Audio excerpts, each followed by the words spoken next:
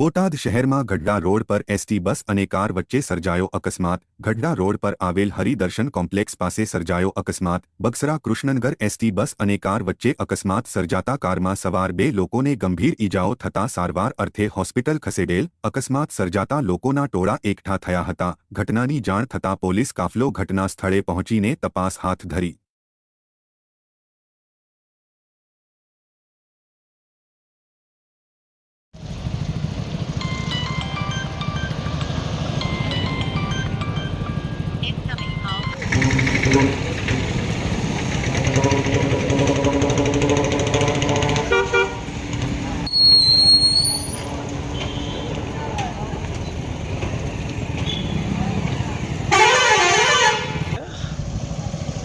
Yeah.